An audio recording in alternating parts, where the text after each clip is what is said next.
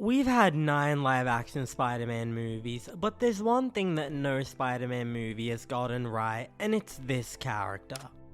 I'd even go as far as to say that everything we've gotten is MJ in name only. MJ's been portrayed in animated media, such as in the Spider-Verse movies, but for the purposes of this video, we're gonna focus on the 2 live-action MJs. The Sam Raimi version portrayed by Kirsten Dunst, and the MCU version portrayed by Zendaya. Now without further ado, let's dive in, starting with this.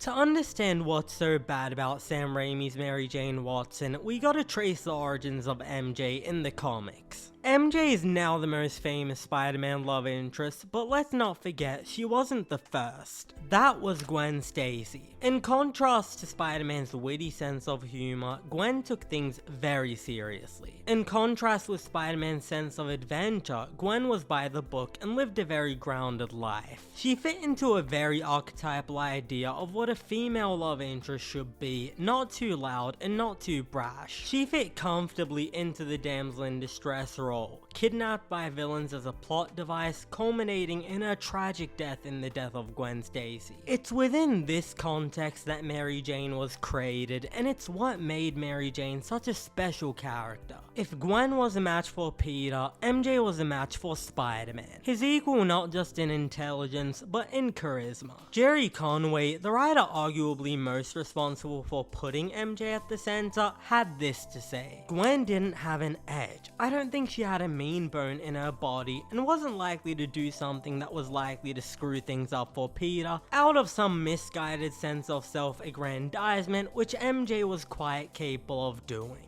In The Amazing Spider-Man 43, she actively seeks out the danger, suggesting that she and Peter ride on a motorcycle to witness Rhino's deadly rampage. Now, let's see what Sam Raimi does with this rebellious, edgy character. They say that falling in love is wonderful. I'm through with love. I'll never fall again. Raimi took a counterculture character and turned her into an archetypal straight-edge boring damsel in distress. In Spider-Man 3, she's visibly upset at Peter for running toward the danger, and that's a long shot from the comic book MJ, who would want to run into the danger with him. She fills the traditional damsel in distress role and fits it a little too well. I mean, 1 time is fine, 2 times is pushing it, but having MJ kidnapped in 3 of his movies? Come on, Sam Raimi. In fact, Raimi's MJ shares far less in common with MJ than she does with Gwen. She is Gwen Stacy with red hair, and if you removed the name Mary Jane Watson, you wouldn't really be able to tell which character she is. Speaking of removing the name Mary Jane Watson, in Tom Holland's Home trilogy, the goal seemed to be to take these archetypal characters and ask what they would realistically look like today. So the traditionally physical bully Flash becomes a cowardly, verbally disrespectful, and condescending guy who desperately wants to be the teacher's pet. So I give them a little more leeway in how they chose to reinterpret the MJ character. In an increasingly appearance and social media heavy world, I could see why the most counterculture thing to do would be to have an MJ who doesn't care about her visual presentation and kinda looks like she rolled out of bed and straight into school without brushing her teeth. Look, I get it, but here's the thing. Party girls can still exist, and it wouldn't be unrealistic to create a 2016 version of what a teenage party girl would look like. After all, Tom Holland's Peter Parker is still a nerd, even if he's not chasing down buses. Flash Thompson is still a bully, even if the way his bullying manifests is different. But with the MCU MJ, it feels like barely any of the essence of the character remains, and what does remain is a very vague idea of counterculture. I can already hear people arguing I'm applying a double standard, and that the MCU took the same approach to MJ that they took to all of Spider-Man's supporting cast, which is to modernize her. But there is one thing that proves that the approach they took to the MJ character is far more disrespectful and avoidant of the source material, and it's this. They didn't even keep her name. Flash Thompson is still Flash Thompson. Peter Parker is still Peter Parker.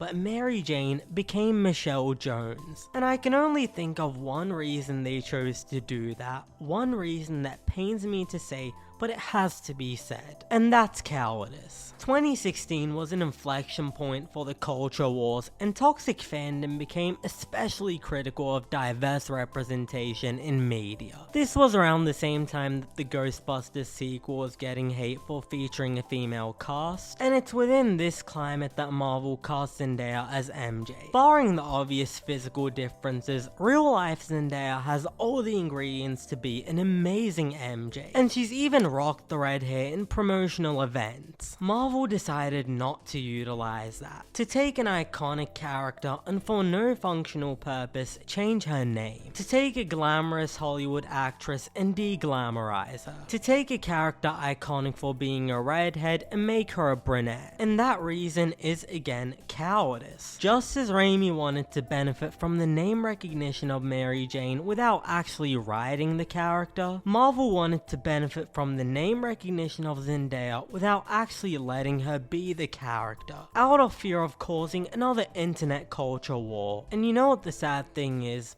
It worked. But at what cost? At the cost of the character's name and of Marvel's integrity, leaving us with one live action MJ who captures the character in name only and another live action MJ who can't even bear the name of the character. I can't help but think the fans and the characters deserve better than that. Thanks for watching. If you enjoyed this video, be sure to hit the like button and subscribe to the channel for more weekly TV and movie discussions. And before you leave, hop in the comments and let us know what you thought about this topic, and do you have a favorite live action MJ of the two? I'm Cinemike, and I'll see you next time.